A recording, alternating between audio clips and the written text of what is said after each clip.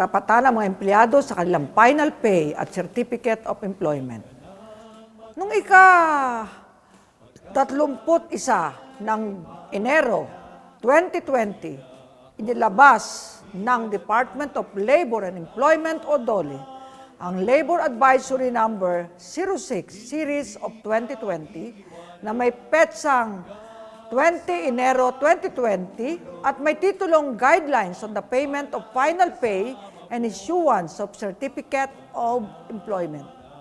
Ang advisory na ito ay ayon sa Articles 4, 103, 116 at 118 ng Labor Code of the Philippines as amended at Section 10, Rule 14, Book 5 ng Omnibus Implementing Rules and Regulations nito.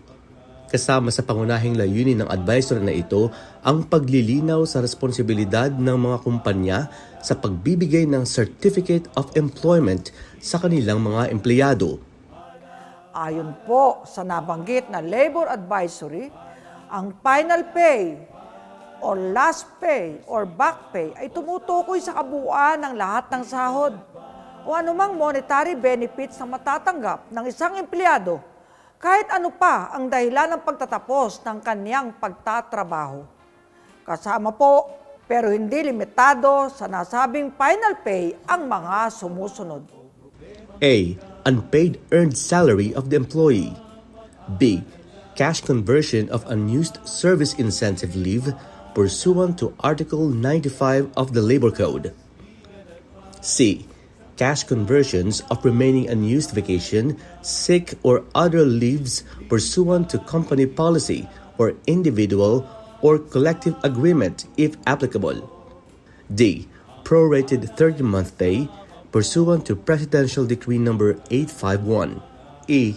Separation pay pursuant to Articles 298 to 299 of the Labor Code as renumbered, company policy or individual or collective agreement if applicable. F. Retirement pay pursuant to Article 302 of the Labor Code as renumbered if applicable. G. Income tax claim for the excess of taxes withheld if applicable. H. Other types of compensation stipulated in an individual or collective agreement, if any. I. Cash bonds or any kind of deposits due for return to the employee, if any. Ang kadumbas ng 30-month pay ay 1/12 ng kabuang sweldo ng isang empleyado sa loob ng isang calendar year.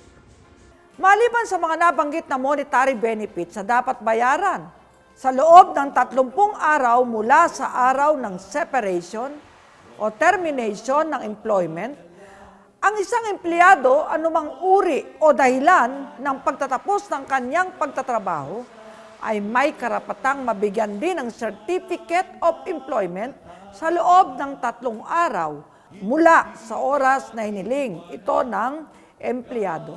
Anumang issue o usapin na lalabas na may kaugnayan sa pagbabayad ng final pay o pagbibigay ng Certificate of Employment ay maaaring isampa sa pinakamalapit na DOLE Regional, Provincial, Field Offices na nakakasakop sa lugar kung saan nagtatrabaho ang sangkot na empleyado para sa conciliation ayon sa kasalukuyang proseso ng DOLE. Yun pala! At ito po ang ating #Palanos.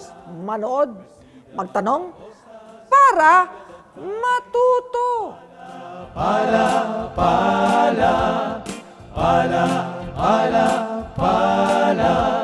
Persida Acosta.